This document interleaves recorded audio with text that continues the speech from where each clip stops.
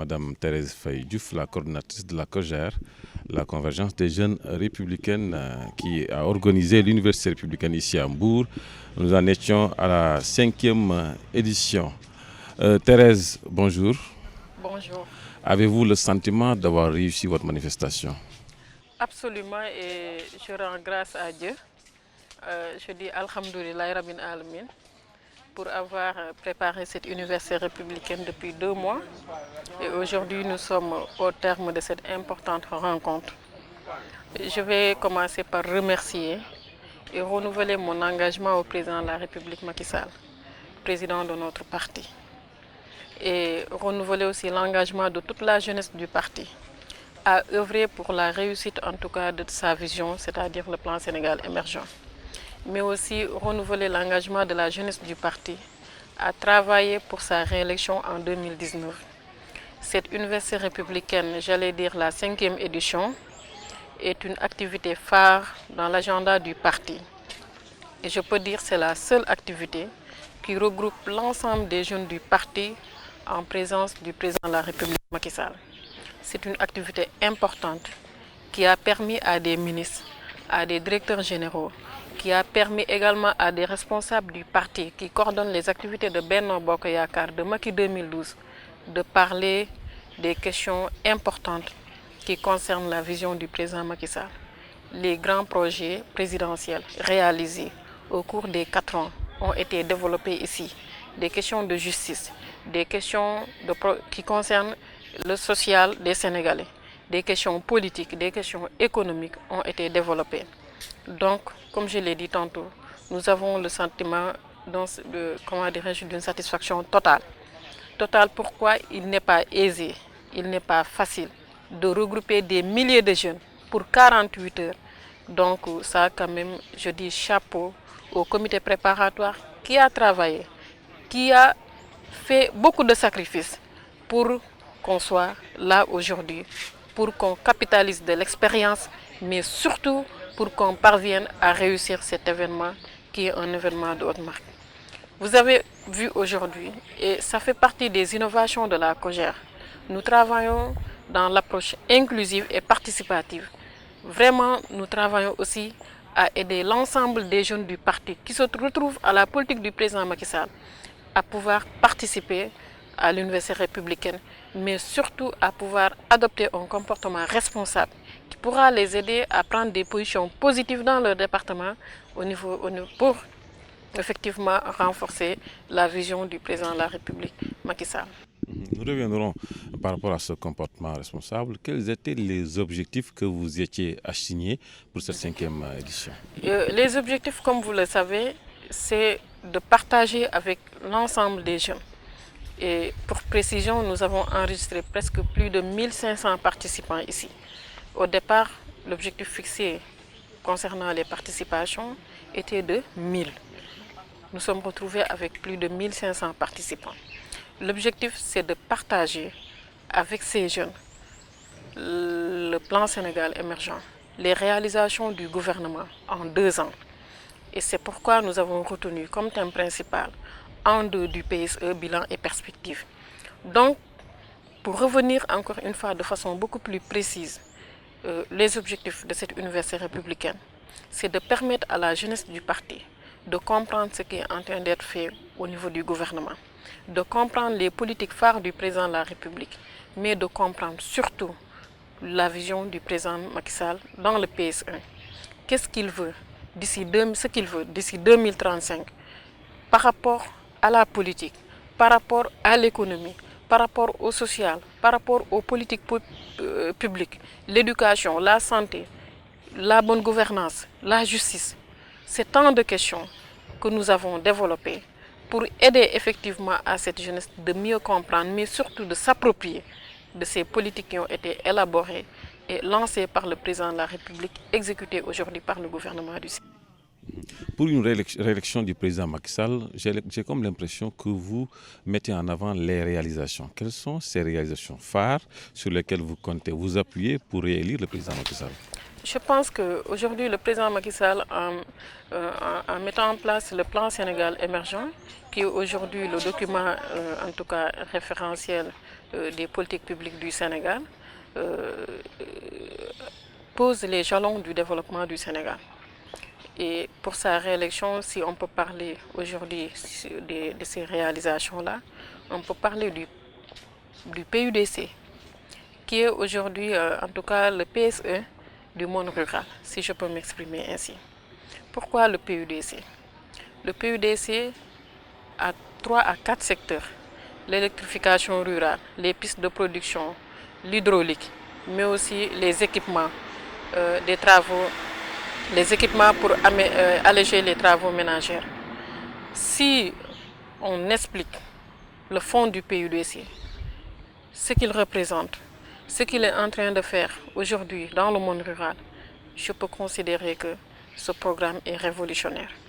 Au moment où tout le monde a constaté qu'au Sénégal, il y avait une nette disparition ou bien un grand écart, j'allais dire, des inégalités sociales. Et ce PUDC permet quand même un rapprochement de ces inégalités. Et le président Macky Sall ne s'est pas limité au PUDC. La couverture maladie universelle est là, les bourses familiales sont là, les pistes de production, je l'ai dit tout à l'heure. Mais dans l'enseignement supérieur, le gouvernement a posé des jalons tellement importants par la construction des universités, comme l'université du Sine Saloum, l'université de Diamniadio, l'université aussi du Sine Saloum, de Kaolack, Amadou Mahtar Mbow, entre autres. Donc pour vous dire qu'aujourd'hui, on ne peut pas parler du développement du Sénégal sans parler de ce que le président Macky Sall a fait dans tous les secteurs. On peut parler des autoroutes à péage, on peut parler effectivement des mesures importantes qui ont un impact social aussi sur, par exemple, la baisse du coût du loyer. On peut parler aussi des mesures importantes qui ont été prises pour les retraités, entre autres. Donc le président a fait beaucoup de choses. Et je pense que, comme je l'ai dit tantôt, ce qui reste, c'est l'appropriation maintenant. Ce qui reste, c'est d'en parler. Ce qui reste, c'est surtout qu'on soit conscient que ce qui s'est fait en 4 ans n'a jamais été fait, en tout cas depuis 1960 à maintenant. Certes, des régimes ont eu à construire une nation, un État. L'État est la continuité. Et il y a aussi d'autres chantiers qui ont été posés à partir de 2000. Et aujourd'hui, le président Macky Sall est en train de continuer ses réalisations, mais avec un rythme quand même très accéléré. Et c'est pourquoi dans tous les secteurs, nous avons noté des avancées notoires par rapport à cela. L'opposition a répondu par rapport bien sûr à ces réalisations. Le chef de l'État qui a dit hier qu'il a obtenu 5 000 milliards en 4 ans. L'opposition parle de surendettement. Est-ce qu'aujourd'hui le Sénégal n'est pas en train de surendetter pour juste avoir des infrastructures? Non, ce n'est pas une question de surendettement. Je pense que personne ne maîtrise mieux que le président Macky Sall la situation économique du pays. Et aujourd'hui, je pense que tout ce que se fait, comme je l'ai dit tantôt, se fait dans le cadre en tout cas du plan Sénégal émergent, le PSE. Donc, ce qu'il faut saluer, parce que je pense que s'il y a des avancées notoires, il ne faut pas en tout cas essayer de l'analyser sur un angle qui n'est pas bien. Ce que je constate et ce en quoi en tout cas je suis convaincue est qu'avec le président Macky Sall, il y a une confiance totale des bailleurs et des investisseurs étrangers envers le Sénégal. C'est ça qui est important et c'est ce qu'il faut retenir. La confiance aujourd'hui que le Sénégal inspire, que le Sénégal a instauré pour que tous les investisseurs puissent venir et mettre leur argent au Sénégal. Je pense que c'est un acquis de taille.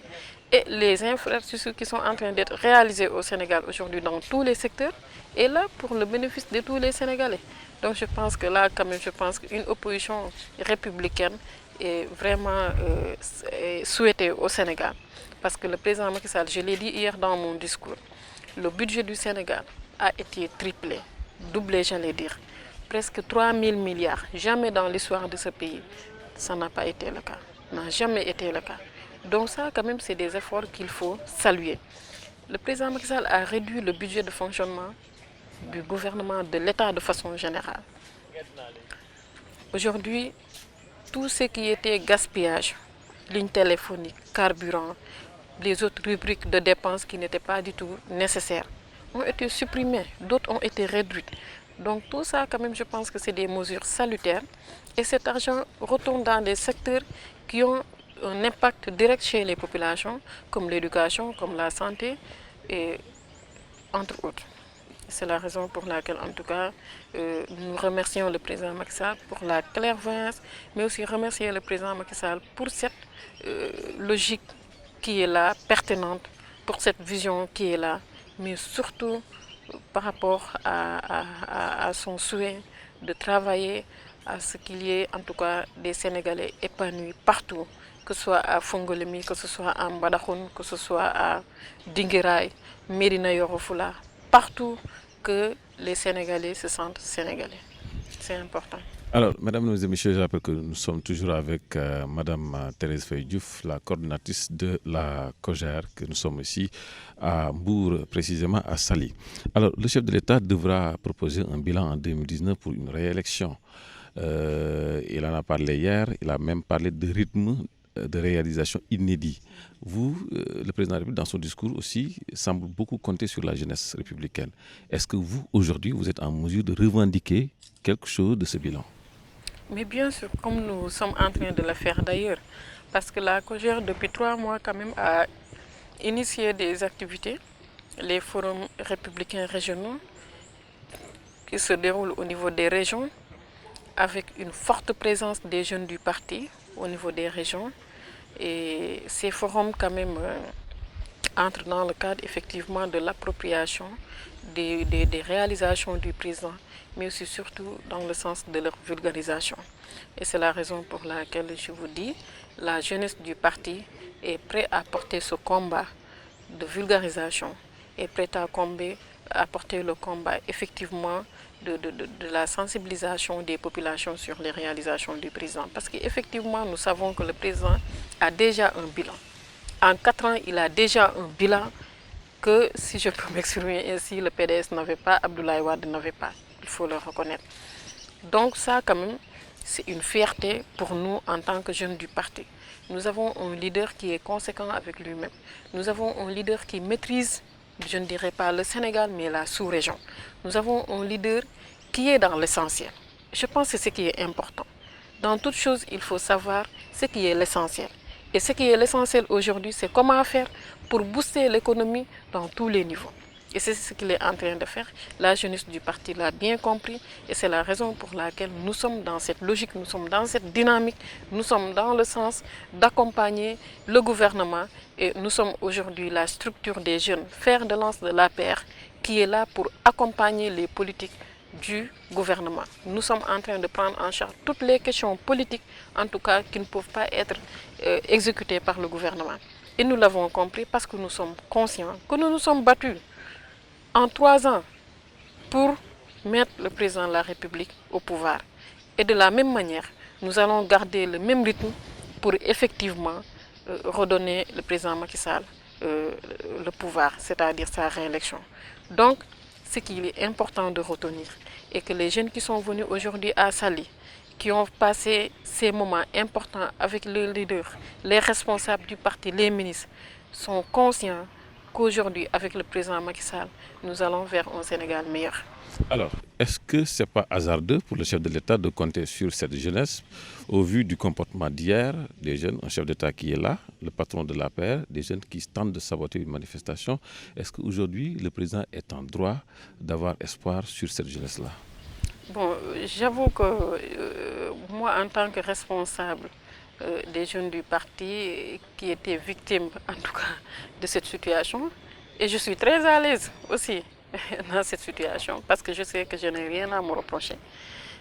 Tout ce que je peux dire est que c'est des choses que nous regrettons parce que quel que soit peut-être le différend avec Thérèse, si le président de la République est là, il est là pour tout le monde et il est notre leader, il est notre référence. Donc nous le devons respect et considération. Mais je pense que je peux juste me limiter à l'adresse du président de la République envers la jeunesse. Le message a été très clair. Qu'il y ait des responsables qui soient derrière tout ça, je pense que moi, je me limite en tout cas aux orientations du président du parti. Et ce qu'il faut retenir aussi, qui est très important, depuis que Thérèse est à la tête de la COJER, je n'ai jamais cherché à être divertie par aucune situation. Parce que je sais qu'en politique, c'est des pièges, c'est des pots de banane, mais surtout c'est des moments où il y a des zones de turbulence et ça passe. Donc je l'ai compris, peut-être hier, c'était un moment où il y avait une zone de turbulence, nous l'avons géré et nous continuons sur d'autres chantiers. Donc ce qu'il faut peut-être considérer, c'est que vraiment peut-être demander aux responsables du parti, à certains quand même qui sont dans cette dynamique, peut-être comme le président l'a dit hier, d'essayer de créer en tout cas de la division au sein des jeunes du département, surtout ici à Mbour, parce que tout le problème, c'est le département de Mbour. Donc là, quand même, je pense que nous demandons aux responsables de nous épargner leur division. Parce qu'au niveau de la COJER, nous n'avons pas de problème. Donc nous n'avons pas de problème et nous sommes à un rythme quand même. Et on ne souhaiterait pas que des responsables peut-être essayent de casser l'élan de la COJER. Donc je pense que pour résumer, tout ce que nous pouvons dire est qu'aujourd'hui, les jeunesses du parti, de l'APR, sont là pour un objectif très bien déterminé. L'objectif c'est quoi? Comment faire pour réélire le président Macky Sall.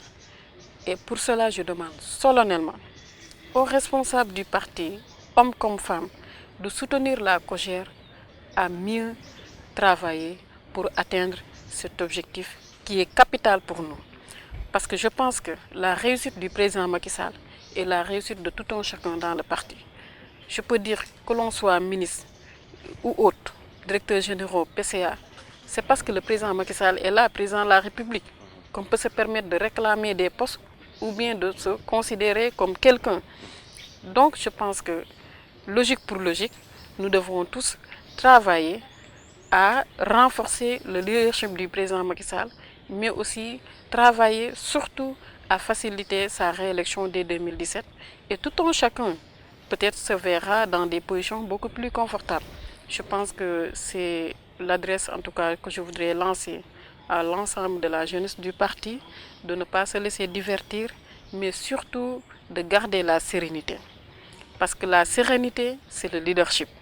La sérénité, en tout cas, c'est ce qui nous permet d'atteindre notre objectif. Mais l'humilité. Le président Macky Sall a l'habitude de dire, co-responsable du parti, je vous demande d'être humble, d'être modeste et d'être là au service des populations. Je pense que, comme vous le savez, l'humilité est l'un des critères les plus fondamentaux du management. C'est la raison pour laquelle, aux jeunes du parti, vraiment, je les exhorte à travailler dans le sens dégagé, dans l'orientation définie par le président du parti. Le président Macky Sall, il est là, c'est lui le président de l'APR, nous travaillons pour lui. Alors, je ne vois pas en tout cas autre chose qui peut passer. Alors, madame, hier, j'ai passé du temps à revisiter la vidéo qui a été proposée en direct par Dakaractu. Lorsque les jeunes se sont mis à huer, j'ai essayé de percevoir un message sur votre visage. En fait, je n'ai rien ressenti. Sur le feu de l'action, qu'est-ce que vous avez ressenti? Vous n'avez rien ressenti, ça veut dire... C'est-à-dire que je n'ai pas senti que vous étiez déstabilisé. Déstabilisé, non, je ne pouvais pas être déstabilisé. Parce que, encore une fois, moi, je ne suis pas née de la dernière heure en politique. Ça, je le dis modestement. Et je savais que bon, ces jeunes-là qui habitent le département de Mbour l'ont préparé la veille parce que la veille, ils sont venus vers moi. Voilà, on me dit et que vous m'ont étiez même dit que demain, tu ne vas pas parler ici. Donc ça, quand même, je sais que c'est des jeunes que je respecte. Mais s'ils profilaient ces menaces-là, c'est parce qu'effectivement, il y a des choses derrière. Mais ce n'est pas ça qui est important. Ce qui est important est que, aujourd'hui, ces jeunes-là ne pouvaient pas m'empêcher de faire mon discours. Je suis désolée. Et ce n'est pas ça quand même qui est important pour moi. Ma sérénité, je l'ai dit tout à l'heure, le leadership, c'est la sérénité. Donc, si j'ai parvenu à dire ce que j'avais à dire, l'adresse à la jeunesse et au président du parti, c'est parce que tout simplement j'ai considéré que ce qui s'est passé, c'est un épiphénomène. Alors, mais madame, quand même, c'est grave quand le président de la République en parle pendant plus de 10 minutes. Est-ce qu'il n'y a pas aujourd'hui lieu de mener une enquête pour savoir réellement le véritable responsable? Je pense que le président de la République est la personne la mieux indiquée pour mener les enquêtes. Et je pense que lui-même, il sait qui sont à la base de ce qui s'est passé. Et c'est la seule personne aussi qui peut apprécier. L'essentiel est que je suis satisfait de son discours. Et aujourd'hui, j'ai même pas le droit en tout cas de reculer en arrière. C'est une étape qui est derrière moi. Et ce qui reste maintenant, c'est les défis de la mobilisation, les défis de la massification, mais surtout les défis de l'animation du parti, porter les politiques du président de la République partout dans le Sénégal et la diaspora. Et je voudrais à cet effet aussi remercier tous les jeunes de la diaspora. Cette université a regroupé plus de 30 jeunes de la diaspora. Nous avons invité 20 pays. C'est important. C'est une chose, en tout cas, qui n'a jamais été réalisée dans toutes les universités républicaines du parti. Et nous avons aidé cette jeunesse à rencontrer hier le président de la République après le déjeuner. Et ils ont exprimé, en tout cas, leurs souhaits, leur vision par rapport à la politique du président Macky Sall à la diaspora. C'est des moments phares et c'est des moments aussi importants, donc qui expliquent effectivement que la COJER est là pour tout le monde. Autre chose importante, la COJER a des programmes de formation, de renforcement de capacité de ces jeunes. Je peux citer ce qui a permis quand même l'invitation des jeunes qui nous sont venus du Togo, de Côte d'Ivoire et du Bénin, du Burkina Faso, pour effectivement partager ces moments avec nous. Et ils étaient contents, ils étaient séduits. Même au moment du déjeuner avec le président de la République, ils ont avoué que c'est la première fois qu'ils voient un président aussi relax avec sa jeunesse. C'est des choses importantes. Donc tout ce que je peux dire, c'est remercier tout le monde. Alors, somme toute, vous êtes là au moins jusqu'à 2019 à la tête de la COJER. D'ici à 2019, qu'est-ce que vous allez faire? Beaucoup de choses. Et parce que, comme vous le savez, d'ici 2019, beaucoup de choses vont accélérer. Beaucoup de situations peuvent se réaliser au Sénégal. Parce que comme on dit en politique, rien n'est prévu. C'est des imprévus, c'est des incertitudes. Mais l'essentiel que nous, acteurs politiques de la COJER, qu'on soit préparés à toute situation présente. Qu'on puisse s'adapter, comme le disait Amadou Ampateba, à l'école du caméléon. Le caméléon, c'est l'animal, en tout cas, qui prend la couleur du milieu où il vit. Ça, quand même, cette leçon peut être aussi appliquée en politique. Parce que l'acteur politique, s'il ne sait pas s'adapter à la situation actuelle ou bien au contexte, ça pose problème. Et c'est la raison pour laquelle je dis aux jeunes, il faut vous adapter aux situations présentes. Quelle que soit la difficulté rencontrée, il faut savoir tirer son épingle du jeu. En tout cas, c'est la raison pour laquelle il y aura beaucoup de chantiers 2019. La majorité, nous devons donner au président Macky Sall une majorité à l'Assemblée nationale, sa réélection, mais aussi travailler à la stabilité du champ politique sénégalais. Et c'est la raison pour laquelle nous sommes prêts, nous sommes déterminés aussi, et nous sommes tous engagés dans cette dynamique pour effectivement participer de façon importante à ces moments phares qui seront la réélection du président Macky Sall et cette majorité aussi pour les élections législatives à venir. Alors, il nous reste 2 ou 3 questions.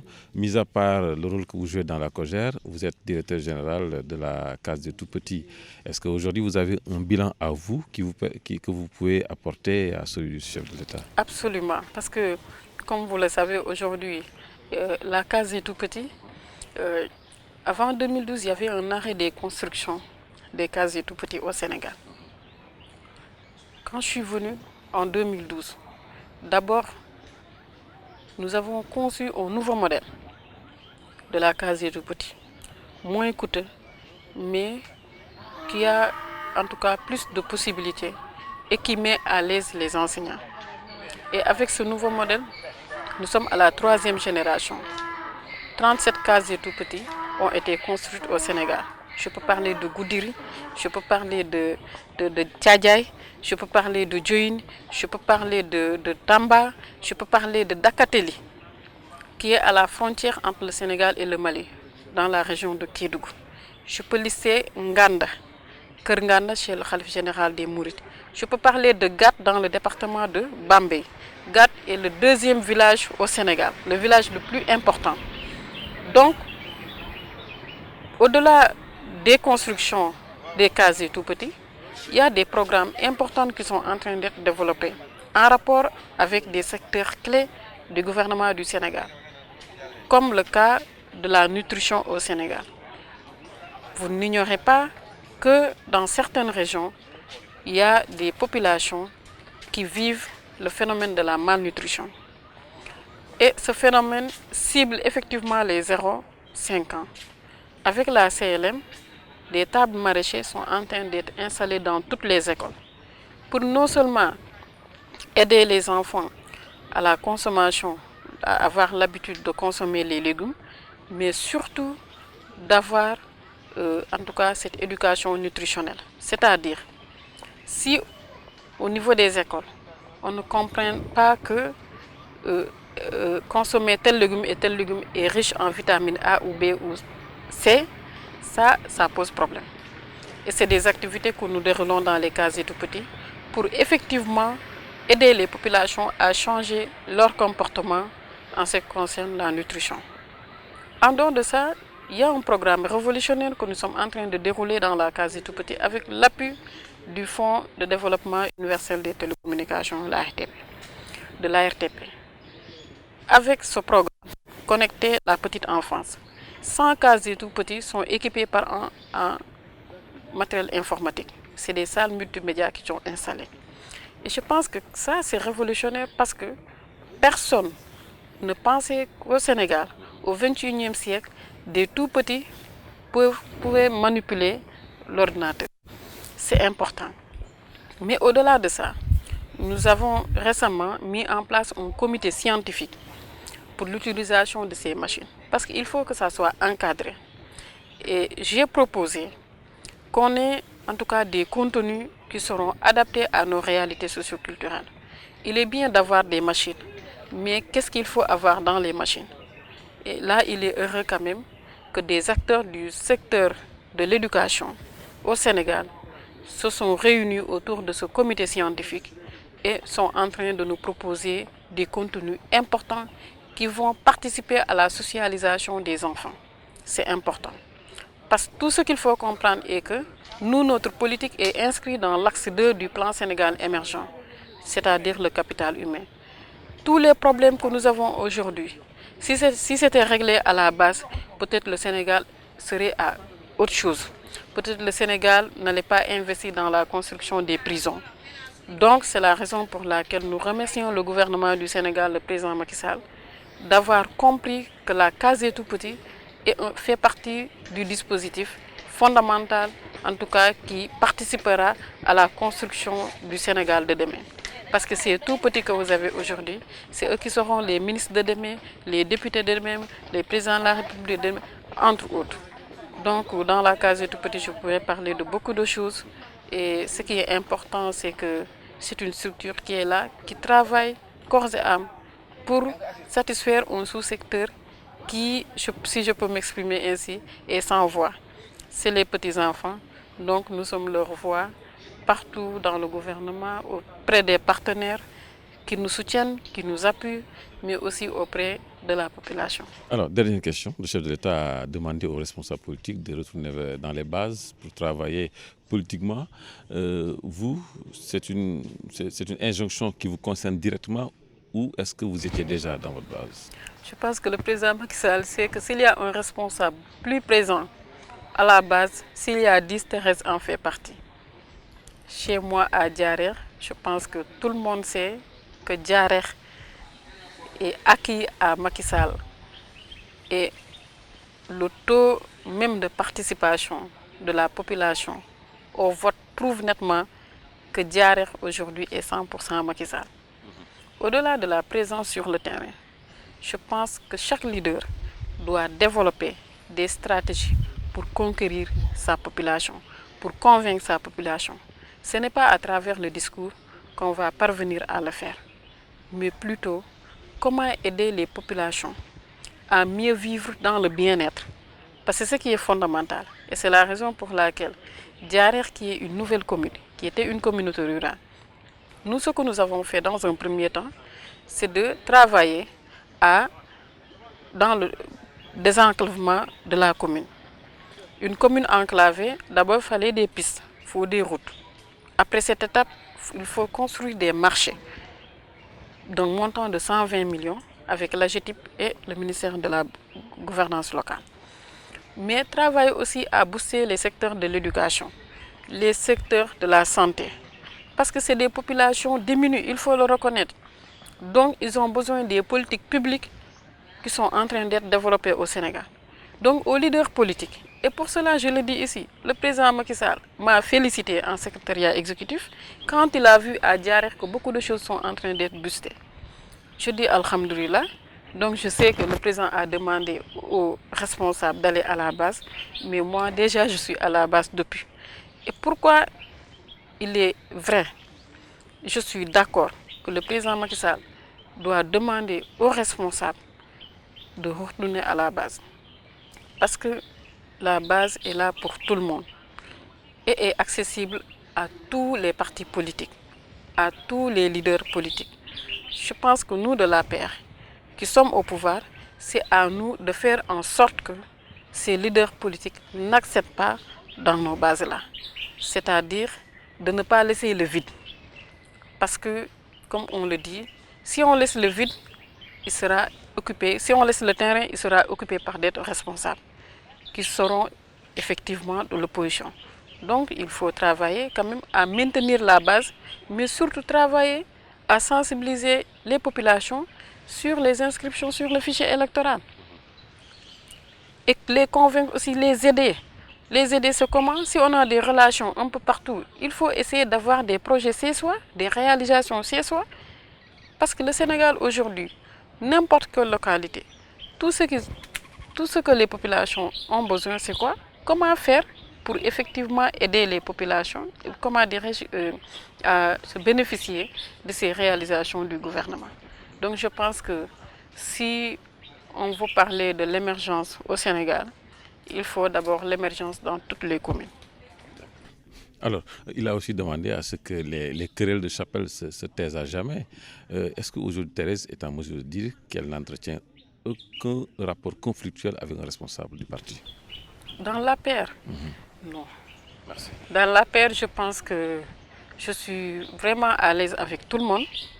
Et c'est l'occasion de remercier. Parce que tout à l'heure, j'ai parlé des forums républicains. La COJER a certes des moyens, mais n'a pas des moyens pour prendre en charge toutes les dépenses, en tout cas qui nous aident à réussir ces forums-là. C'est des ministres, c'est des directeurs généraux, c'est des responsables du parti qui nous soutiennent, qui nous aident à réussir cela. À Kaolack, c'était le cas. À Ziguinchor, les responsables nous ont soutenus. À Fatick, les responsables nous ont soutenus. À Dakar, pareil. Donc, pour vous dire, aujourd'hui, Thérèse vraiment entretient de très bonnes relations avec l'ensemble des responsables du parti. Parce que la plupart, quand même, sont conscients qu'aujourd'hui, la COJER travaille pour la réélection du président de la République. Donc, c'est ce que je voulais vraiment préciser, dire que je souhaite une bonne chance à tout le monde, remercier tous les responsables aussi qui nous ont soutenus. Parce que ce n'était pas évident de regrouper 48 heures 1500 jeunes. Ce n'était pas évident. Mais surtout, d'organiser cette université républicaine dans d'excellentes conditions, dans cet hôtel. Et permettez-moi de remercier très chaleureusement M. Racine Sy, qui nous a beaucoup aidés, qui a pris toutes les dispositions avec le gérant de l'hôtel et sa sœur Seynabou Sy, pour que vraiment la COJER soit dans les conditions pour pouvoir organiser cela. Remercier l'ensemble des ministres, les membres du gouvernement, le Premier ministre qui nous a soutenus, mais surtout la jeunesse du parti. Remercier les panélistes parce qu'ils ont été généreux, vraiment en nous livrant leurs connaissances mais aussi leur politique et leur programme. Remercier la sécurité, la presse. La presse a joué un rôle important dans ce que nous avons fait hier et aujourd'hui.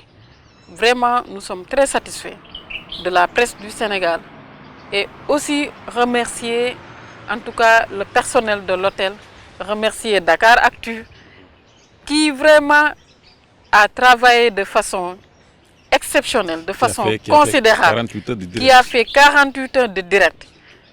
Moi, je n'ai jamais su que ça pouvait être. Mais heureusement, vous avez prouvé qu'aujourd'hui, les sites peuvent être perçus autrement. Et c'est l'occasion pour moi, en tout cas, de remercier toute la presse sénégalaise, la presse en ligne, la presse écrite, l'ensemble, en tout cas, de nos partenaires, les fondations Frédéric Norman, Frédéric Hébert, mais surtout un autre partenaire, Akatera, qui nous a offert, en tout cas, les bouteilles d'eau. C'est un partenaire qui nous a soutenus, mais remercier également toutes les structures qui ont présenté des stands ici dans cette université républicaine. Donc chapeau à tout le monde, chapeau au président de la République et je nous donne rendez-vous aux jeunes du parti à l'année prochaine, Inch'Allah. Je vous remercie. Vous avez dépensé combien? Beaucoup.